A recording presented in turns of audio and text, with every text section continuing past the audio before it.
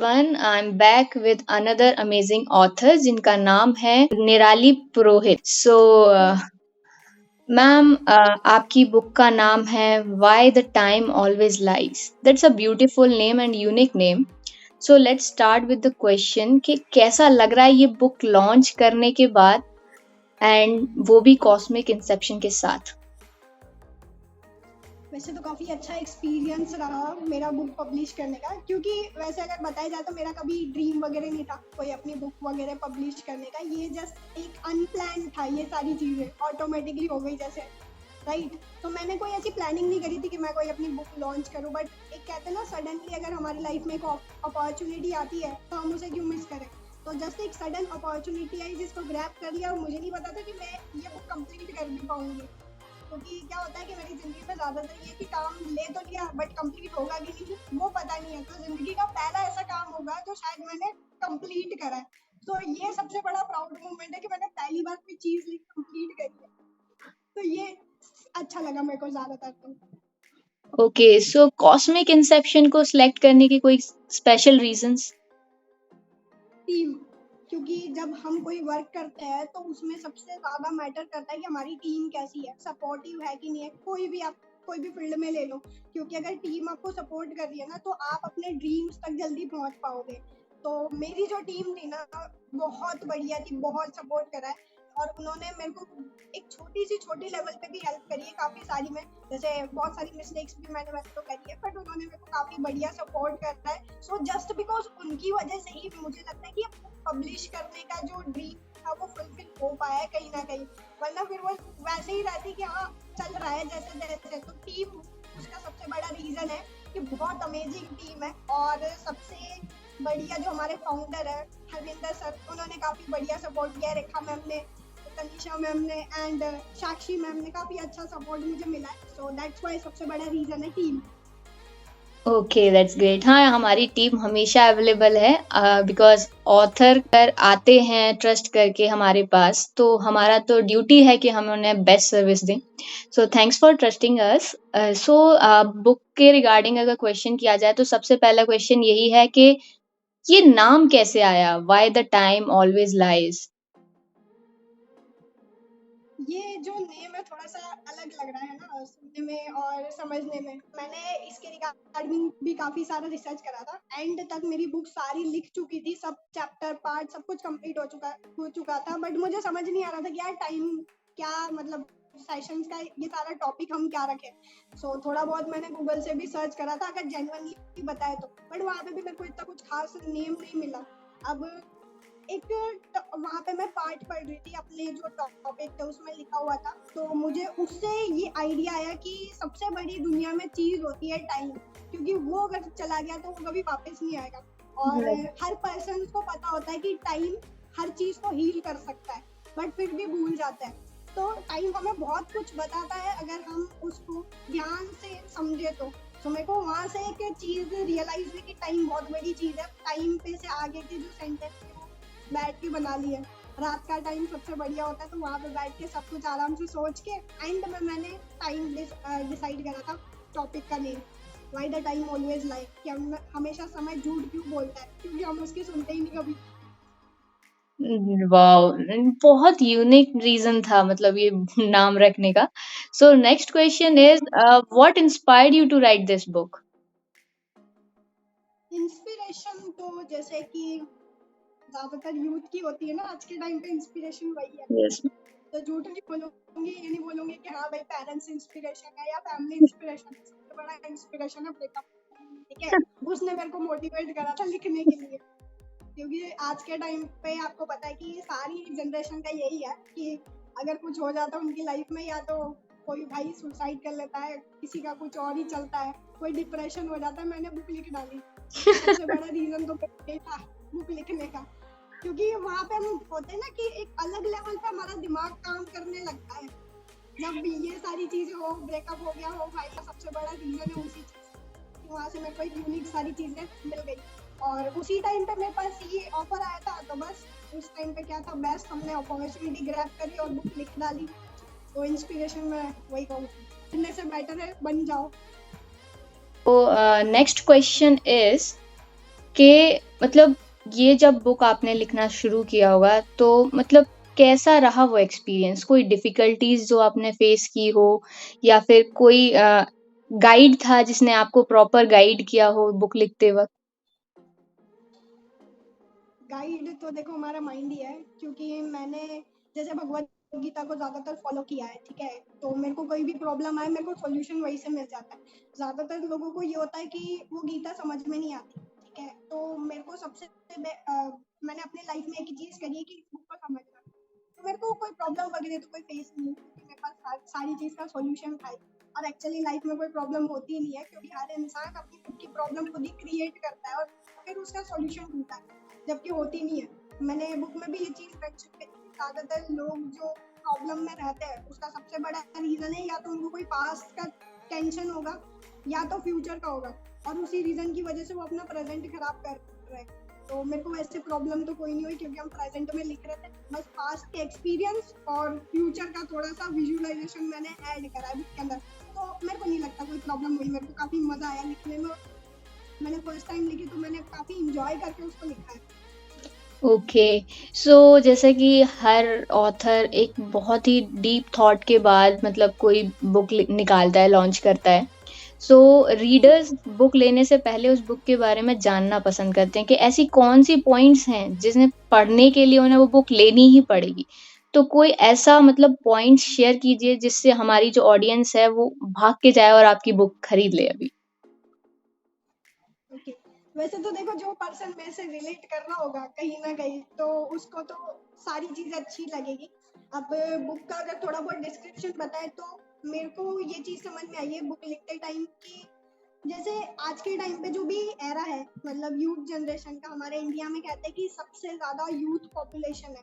तो मैंने अपनी चीज़ें उसमें रिलेट करके बताई है, तो हो सकता है कि उसमें से किसी भी पर्सन की अगर प्रॉब्लम मेरे से रिलेट करती हो, तो वो उसको काफ़ी ज़्यादा अच्छी तरीके से अंडरस्टैंड कर पाएगा। इसमें मेरा एक चैप्टर है, the first spoon of my chocolate ice cream.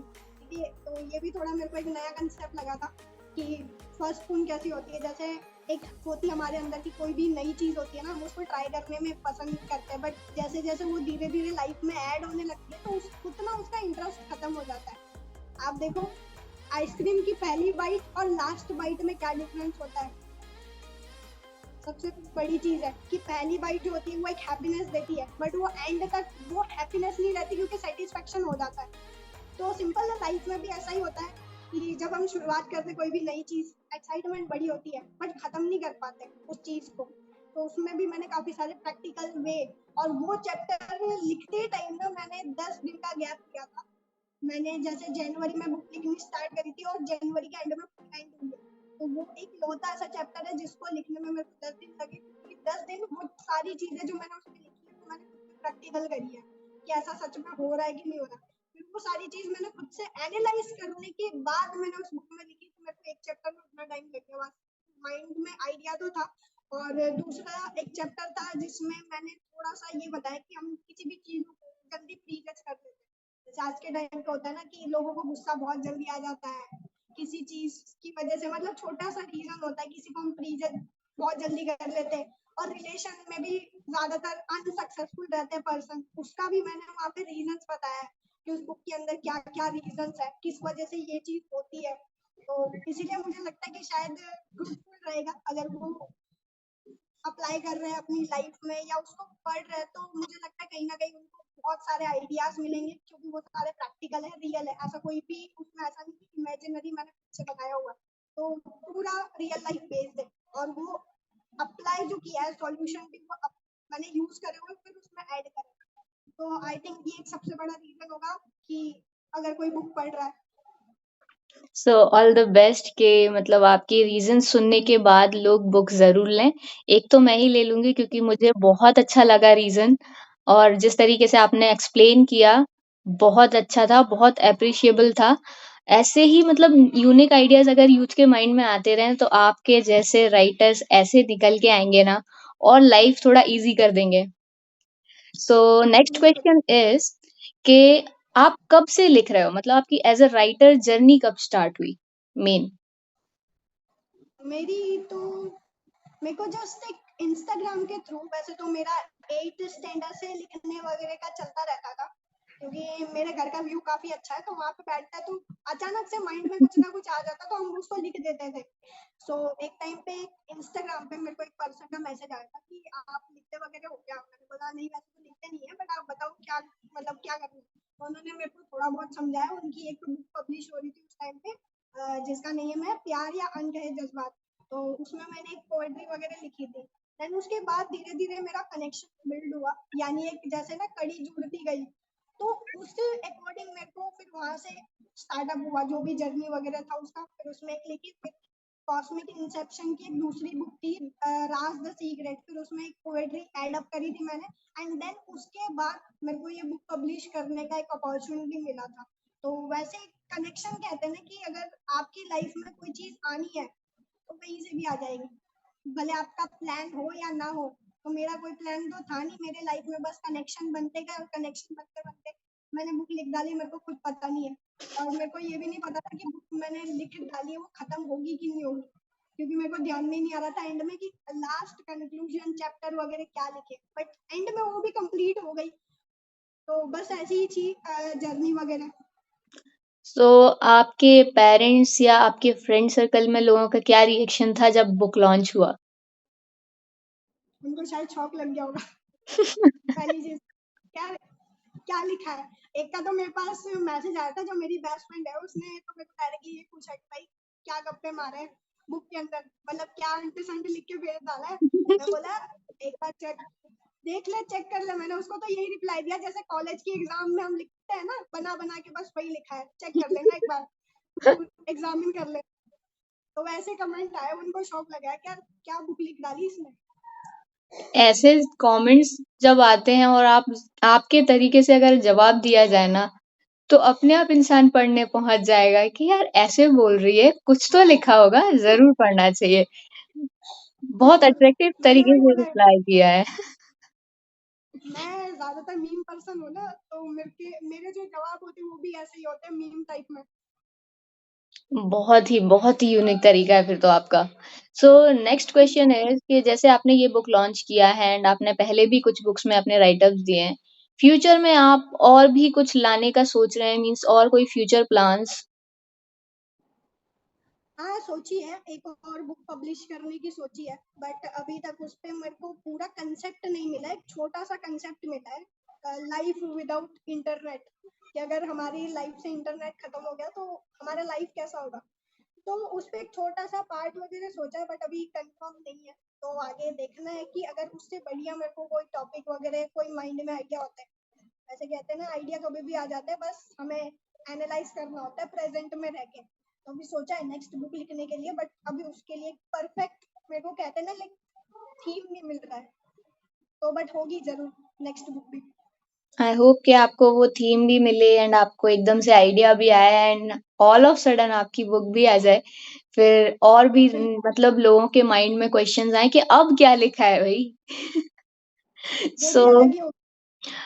Okay so next question is कि जो न्यू यूथ है एज अ राइटर इस फील्ड में जब आ रहे हैं तो उन्हें भी बहुत सारे प्रॉब्लम्स फेस करने पड़ते हैं बहुत सारी चीजें उन्हें सीखने को भी मिलती हैं तो आप एज अ राइटर आपने बहुत सारी रिसर्च की एंड चीजें एक्सपीरियंस की तो आप कोई सजेशन या एडवाइस देना चाहेंगे?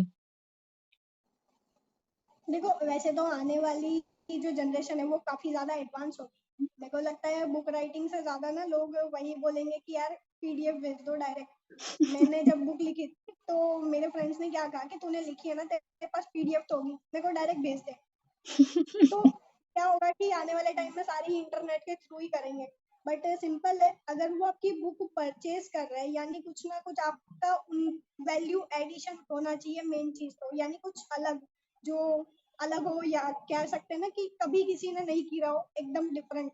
तभी पर्सन को मौका मिलेगा कि हाँ, और वो बुक किसी ना किसी प्रॉब्लम को सॉल्व कर रही हो, कोई भी बड़ी प्रॉब्लम जिनका सॉल्यूशन आपकी बुक में मिले। तो मुझे लगता है तभी कोई ना कोई पर्सन आपकी बुक परचेज करना पसंद करेगा, या तो उनको मजा आना चाहिए। ठीक है, वैसे भी इंस्टाग्राम पे लोग आजकल स्क्रॉल ही कर रहे हैं, उसका रीजन है सिंपल है, मजा आ रहा है, डोपामाइन रिलीज हो रहा है माइंड का, उनको मजा आ रहा है। तो बुक में भी एक ऐसा नशा होना जब लिखे तो सामने वाला पढ़ता जाए कि अगला चैप्टर क्या होगा, वैसा कुछ होना चाहिए इंटरेस्टिंग, तभी लोगों को पढ़ने में मजा आएगा, स्क्रॉलिंग से ज्यादा मजा आएगा।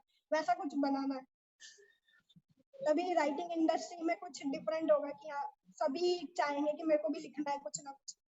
तो वो होगा यूनिक आइडिया पर वर्क करना है बस। बिल्कुल सही एकदम। हमारी अगली जनरेशन भी बहुत धमाकेदार होने वाली है, ये बात तो एकदम पॉइंट की है। सो एट द लास्ट बस इतना कहना चाहेंगे कि ऐसा कोई है पर्सन आपकी लाइफ में जिसको आप थैंक्स बोलना चाहते हो इस जर्नी में, या फिर अपने लाइफ के इस एक्सपीरियंस के लिए? वो तो सभी के तो पेरेंट्स ही होते हैं जिनको हम थैंक्स बोलना चाहेंगे एंड में, क्योंकि उनसे बड़ा सपोर्टर तो मुझे नहीं लगता कोई दुनिया में है। ठीक है, क्योंकि वही है कि जो हमें अभी तक पाल रहा है, उससे बड़ा सपोर्टर कौन हो सकता है, बताओ। तो राइट। सबसे बड़ा ग्रेटफुल तो मैं उन्हीं को कहूंगी, बट ज्यादातर मैं एक ही पर्सन को बिलीव करती हूँ, जय श्री कृष्णा। तो मेरे सारे सॉल्यूशंस वही है।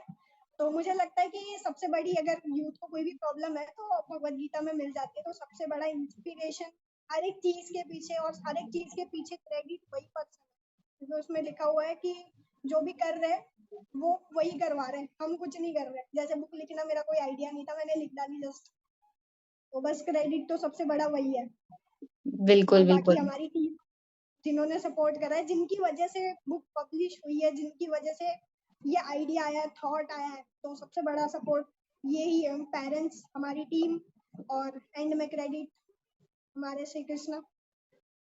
बिल्कुल, सही है, अगर वही नहीं आशीर्वाद देंगे, वही राह नहीं दिखाएँगे तो कैसे होगा? सो बिल्कुल। That's all for today. आपके साथ मिलकर, आपसे बात करके बहुत अच्छा लगा, आपकी बुक के बारे में जान के बहुत अच्छा लगा। ऑल द बेस्ट कि लोग आपकी बुक खरीदें एंड पढ़ें एंड समझें कि आपने उसमें बहुत वैल्यूएबल चीज़ लिखी है। So thank you so much for joining. All the best thank you again. So much. Thank you. So guys I hope आपको ये इंटरव्यू बहुत ही प्यारा लगा होगा, बिकॉज आज की जो ऑथर थी वो बहुत ही फनी बट बहुत ही अट्रैक्टिव आंसर्स देने वाले ऑथर थे। सो आई होप आप ये वीडियो शेयर करेंगे, लाइक करेंगे एंड चैनल को सब्सक्राइब भी करेंगे एंड जुड़े रहें ऐसे ही, क्योंकि आगे आने वाले ऑथर्स और भी डिफरेंट और भी क्रिएटिव हो सकते हैं। So stay tune.